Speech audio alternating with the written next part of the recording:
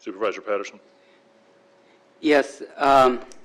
The thing that's different for me, and I've done what Bruce Gibson's, Supervisor Gibson's predecessor did. I've rolled any increases that I've gotten into my community project funds, and I actually like that because I have more money to give to the nonprofits that apply for community projects. And, you know, I didn't take this job for the money, so I'm making now what I made when I took the job, and that's fine with me.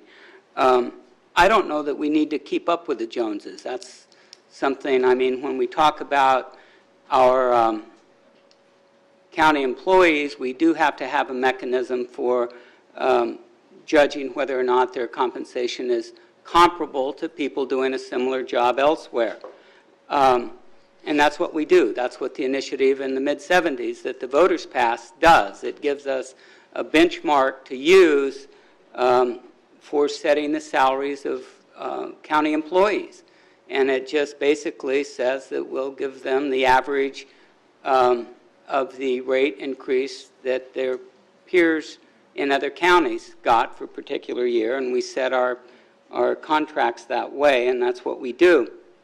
But what is different this year than last is that last year we went into this knowing that our revenue coming in was about equal with the projected expenses for this year, and we did have a budget that came out balanced for 07-08. 08-09, the forecast is that we'll have a deficit of $16 to $23 million that we have to make up, and we're going to be asking everybody in the county, including county residents, because it will impact services when we balance the budget. We're asking them all to tighten their belts. And I think the first belts to tighten are ours. And I think that we need to look for a formula that will allow us to do that.